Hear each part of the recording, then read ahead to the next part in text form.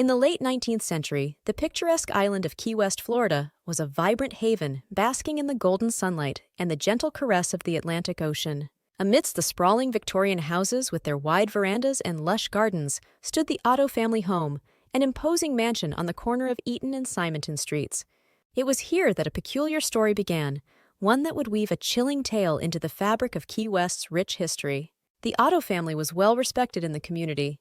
In 1904, their youngest son, Robert Eugene Otto, known affectionately as Gene, was celebrating his 4th birthday.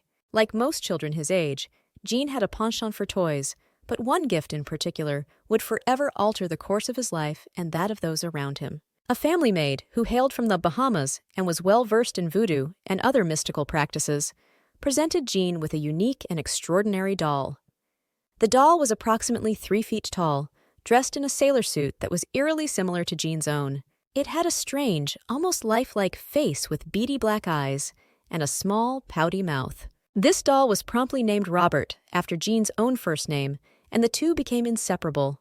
Gene and Robert the doll were the best of friends. Wherever Gene went, Robert was sure to follow. At first, the doll seemed to be just that, a toy, a companion for a lonely child. However, it wasn't long before the Otto household began to notice peculiar occurrences. Gene's parents would overhear their son conversing with Robert in his bedroom, but what truly unnerved them was hearing an unfamiliar, guttural voice responding to Gene. At times, Gene's parents would hear the sound of running footsteps or muffled giggles echoing through the halls, even when their son was not present. The unsettling incidents escalated. Furniture would be found overturned, objects moved to different locations, and strange noises echoed through the house at night. When confronted, Gene always had the same explanation: Robert did it. What began as harmless child's play soon evolved into a sinister force within the Otto home. Neighbors, too, reported seeing the doll move from window to window when the family was not at home. Some even claimed that Robert would glare at them with a malevolent expression as they passed by. The atmosphere within the Otto house grew increasingly oppressive, and whispers of dark magic began to circulate among the locals. In time, Gene grew up and left Key West to study art in Chicago and New York. He became a successful artist, married a beautiful woman named Anne, and eventually returned to his family home in Key West. Despite his success and the passage of time, Gene's attachment to Robert the doll had not waned. He reclaimed his childhood companion from the attic and once again gave Robert a prominent place in his life, much to Anne's dismay. Anne was unnerved by Robert's presence. She implored Gene to lock the doll away, but Gene was resolute. He created a special room for Robert in the turret of the house, complete with furniture and toys, as if Robert were a living child. This room, isolated and eerie, became a source of further disturbances. Visitors to the Otto home would often hear footsteps in the turret or see Robert's expression change before their very eyes.